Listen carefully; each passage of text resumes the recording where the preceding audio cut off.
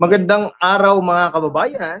Ako si Lan ng #WalkWithLan, ang inyong satire commentator sa estilo ni Deo Macalma.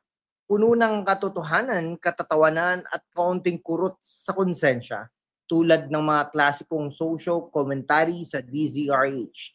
Ngayon, pag-uusapan natin ang mainit na balita. Davao na naman ang target nila. Ang daming nag-iimbestiga sa mga Dutertes, pero hagupitin ba ng batas ang kaso? O ang Marcos admin ang puno ng butas sa kredibilidad. Parang butas-butas ng sapatos sa baha. Di makakalakad ng maayos. Shoutout sa inyong lahat sa US kung saan libre ang speech pero ingat pa rin. Sa Pilipinas, ang ating bayan na laging mainit ang politika.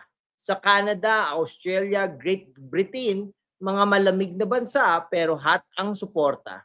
Sa UAE, Japan, Italy, Hong Kong, Germany, kayo na OFWs at kabataan, salamat sa panunood mula sa malayo. Kung baguhan ka rito, subscribe na at i-hit ang bell para sa mas maraming ganitong in-depth na analysis na may twist.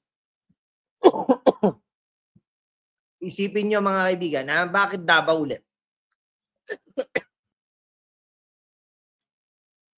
Dahil sa ugat ni Duterte doon, Davao Death Squad allegation mula sa kanyang panahon bilang mayor.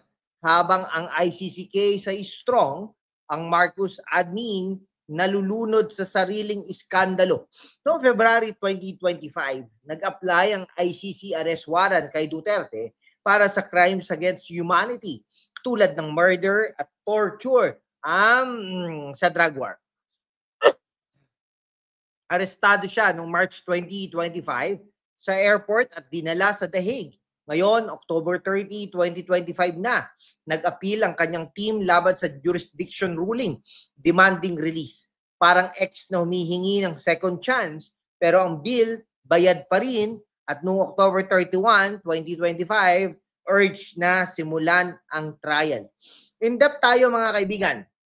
Ang ICC probe sa crimes mula 2011 to 2019, panahon ni Duterte sa Davao at presidency. Libo-libong patay sa drug war, mostly vigilante killings. Withdrawal ng Philippines noong 2019, pero di retroactive sa old cases ayon sa Article 127. Ay umamin sa death squad para sa seguridad ng bayan.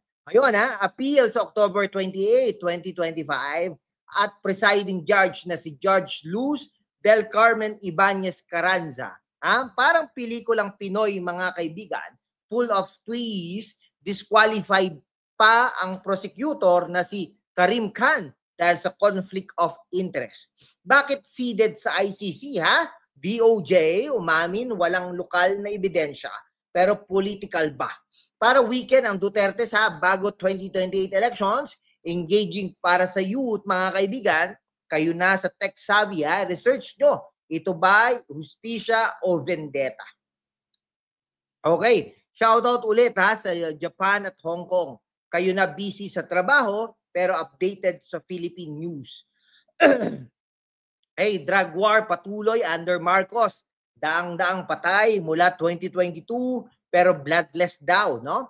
Hypocrisy continues, Oplan double barrel pero walang reform mga kaibigan. Okay.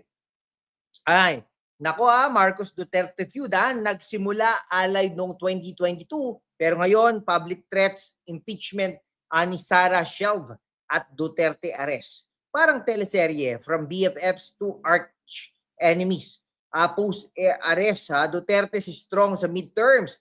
May 2025, dominating Mindanao. Marcos approval down, called lame duck. No, non-cooperation sa ICC mga kaibigan, pero handling over ex-president. At asiyan, galit daw si Marcos dahil sa pagpadala kay Duterte. Duterte pa rin ang respected leader doon, no? Ito'y political persecution, lalo na't ang drug war, effective sa pagbaba ng crime. Pero Marcos, facing trillion peso corruption, flood control scams, ghost projects, PSEI below 6,000 pesos, weakest sa Southeast Asia. Marcos says abuse of power must end. Pero parang pero promising diet, no? Habang kumakain ang lechon, mga kaibigan. Kayo ang nagpapadala ng remittances. Affected kayo, taxes nyo sa corruption. Shout out sa Australia at Great Britain. Compare nyo sa inyong strong anti-corruption laws, mga kaibigan. Ang Marcos admin sa hot seat, bribery, graft, nepotism sa PhilHealth, fake infra, amid baha. No? October 2025, business groups urge reforms, recover ill-gotten wealth. No? Widespread corruption, Marcos orders slash cost by 50% sa projects para curb corruption. No? Department of Agriculture, Department of Education, etc. Pero too late, no? Poverty debt 15 trillion pesos, hunger sa millions. Mga kaibigan, systemic ito. It affects education, no? Jobs for youth, no? Parang tiger economy pero tiger na gutom, no? Church-backed protest, riot sa Manila, para sa mga kabataan, ito ang legacy, rising cost, stagnant wages. Okay, shout out sa Italy at Germany. Kayo na may stable economies, tignan nyo ang Philippine chaos. Corruption erodes trust, stock crash wide, 1.7 trillion pesos market value at program funds as pork barrel. Now, Marcos shocked sa scale pero under his watch, incompetence, reviving insurgency, ghost roads, aid looting, feeding discontent, no? Kayo OFWs, remittances, nyo ba para sa ghost projects, no? Kailangan ng real reforms, hindi rhetoric. Parang traffic sa EDSA, full of promises, pero stuck pa rin, mga kaibigan. Sa huli, ang Davao target dahil sa politika, pero tunay na butas sa Marcos admin, hypocrisy sa drug war, massive corruption, Duterte's defiant versus ICC, pero hustisya ba o selective, no? Kailangan ng tunay na pagbabago, di-cover up mga kababayan sa UAE at Canada. Salamat. Kung nagustuhan, i-subscribe na, i-like na, i-share na, para lumago tayong lahat.